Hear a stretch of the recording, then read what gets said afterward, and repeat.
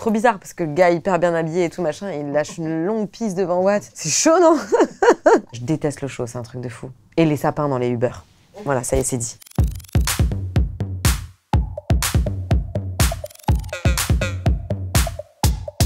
Ouais, j'ai fait une formation dans une école de doublage où en fait on apprenait à faire de la post-synchro.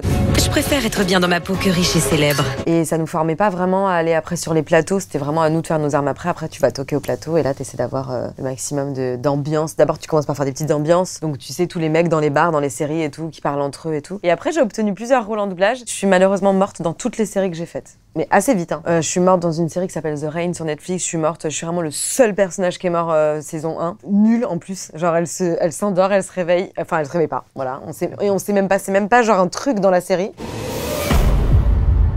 Je fais une nana qui s'appelle Claudia Doumi, qui joue dans une série qui s'appelle The Boys sur Amazon et qui est trop charmée. J'ai oublié de déclarer sur un site qui s'appelle RS Doublage que c'est moi qui la faisais. Hugh Campbell? Je sais pas comment vous remercier de ce que vous avez fait. J'ai arrêté de payer ma cotisation. Je peux te dire que quand j'ai vu qu'elle était le personnage principal de la saison 2, j'avais bien le seum. C'est ma première scène de cinéma, je l'ai tournée avec José Garcia, Vincent Cassel. Ouais, du mec qui était plutôt pas très connu, ouais. C'était trop bien. Moi j'étais là un jour, hein, donc franchement j'ai une mini-expérience, mais c'était génial. D'être dirigé par Guillaume et tout, c'était une trop bonne ambiance, bête de décor, enfin c'était le truc à l'américaine quoi. On a pris des mesures pour faire mon costume, j'avais des postiches, enfin c'était fou. À l'époque, quand je suis arrivée à Paris, en fait, j'ai rencontré un mec qui s'appelait Clément, qui est Népal, paix à son âme, que j'adore et que j'adorais. C'était avec le collectif 75e Session. Ça s'appelait les Denjo et les John Doe. Et en fait, j'ai fait un freestyle de bouche anonyme avec eux. Et après, j'avais fait un petit morceau avec Giorgio. Je traînais avec des gars comme SPM et tout à l'ancienne. C'était vraiment le tout début de quand je suis arrivée à Paris. Et après, j'ai vite arrêté parce que je trouve que c'était pas non plus un milieu ultra meuf friendly quoi. Et ça s'est vite arrêté, mais c'était des trop bonnes expériences. Et les gens que j'ai croisés, Népal, Giorgio, tout ça, c'est des gars sûrs que j'adore quoi, qui sont trop sympas. Alors maintenant, Giorgio, il s'est un peu échappé, il fait ses trucs et tout, mais je le vois de loin, je le suis, c'est lourd ce qu'il fait.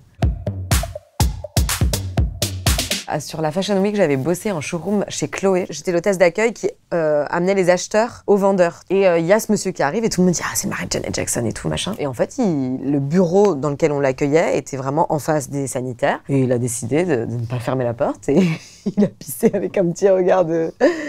Très chelou ce mec, très bizarre. C'était très chic en plus, donc trop bizarre parce que le gars hyper bien habillé et tout machin, il lâche une longue pisse devant Watt. T'es là genre, waouh, c'est chaud non? C'est full sûr qu'il savait que c'était ouvert en fait. Il s'est lavé les mains, il a bien vu qu'il y avait un miroir qui nous voyait. Enfin, nous on était là, on savait pas quoi dire. C'est donc ça être riche, ouais. S'en battre les steaks de pisser devant tout le monde. Est-ce que c'est bon signe?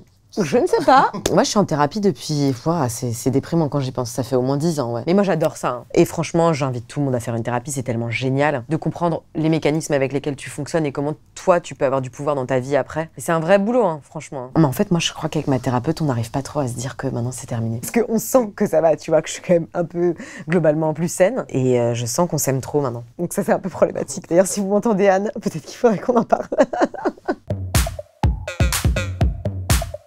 J'ai horreur de ça. Je déteste, je trouve que ça nous rend mou, ça nous rend nul, ça nous rend... Tu sais, je préfère le froid, je dors les fenêtres ouvertes. Je mets quand même le volet en hiver et tout, mais je dors quand même les fenêtres ouvertes et j'adore avoir froid. Là, en ce moment, je me fais un peu des délires bizarres de... Je me réveille parce que j'ai froid et je me dis, quand même, ton corps te parle, c'est trop froid. Mais j'adore ça et je déteste le chaud, c'est un truc de fou. Et les sapins dans les Uber. Voilà, ça y est, c'est dit. Ça c'est plus possible. C'est horrible ou pas, franchement? Ouais, je me suis fait opérer toute petite, mais maintenant je m'en fous un peu plus. Bon, j'ai une grosse rééducation, hein. Moi j'ai fait 15 ans d'orthopsie, donc vraiment, là, mon strabisme actuellement, je pense dans la journée, tout ça, il se voit pas tant. C'est plus quand je suis fatiguée ou à des moments et tout, mais c'est marrant parce que les gens, ils trouvent ça très gaulerie, donc en fait, tu sais, ils te disent, t'es en train de bouffer, ils font, ah, c'est marrant, tu louches. Toi, t'es là genre, ah, un couteau dans le cœur, mon Dieu. On se moque pas d'un mec qui a pas de bras, quoi, tu vois, c'est vraiment moins marrant. Et pourtant, c'est un handicap aussi parce que, surtout dans mon métier, c'est hyper dur de fixer une caméra, c'est dur pour moi, quoi. De fixer une caméra ou de jouer avec des gens en espérant ne pas les modifier parce qu'ils n'arrivent pas bien à me regarder ou parce qu'ils se disent mon Dieu elle louche, elle regarde où et tout. Donc j'ai passé vraiment très longtemps de ma scolarité à devoir me justifier de mes potes qui me disaient « Pourquoi tu regardes mes cheveux ?» Et je me disais tout le temps « C'est bizarre, je regarde jamais leurs cheveux. » Jusqu'à ce que je comprenne enfin qu'en fait, je louchais, donc ils devaient se dire « Elle regarde mes cheveux. » Et c'est pas facile quand t'es gamin et tout, parce que tu sais, moi j'avais le cache là, enfin c'était chiant quoi. Et je pense sincèrement que je peux pas trop m'en plaindre parce que je pense que c'est pour ça que je suis gaulerie en fait. Quand t'as tellement pas confiance, quand t'es petite comme ça, moi je pense que j'ai eu la pulsion de vie d'être marrante. Mais tu vois, j'avais une sœur qui était blonde aux yeux verts. Et moi, j'étais là avec mon cache. Enfin, si j'étais pas gaulerie, je t'ai baisé dans la vie. Hein. Franchement, le strabisme, c'est un truc que tu contrôles pas. Donc, c'est vraiment très relié à la perte de contrôle. Quand tout échappe, c'est horrible, en fait. Quand t'es comédien, quand tu gères ton truc et tout. Et là, de monter sur scène et de me dire que, par exemple, j'ai des moments où vraiment je regarde les gens dans le public et tout, et je sais pas comment sont mes yeux. Bah, en fait, il faut que je lâche ce truc-là. C'est pas possible, sinon, tu vois. Sinon, je joue pas bien ou je me regarde. Et y a rien de pire qu'un comédien qui se regarde quand il joue. Donc, j'apprends vraiment avec le temps à aimer ça, quoi, tu vois.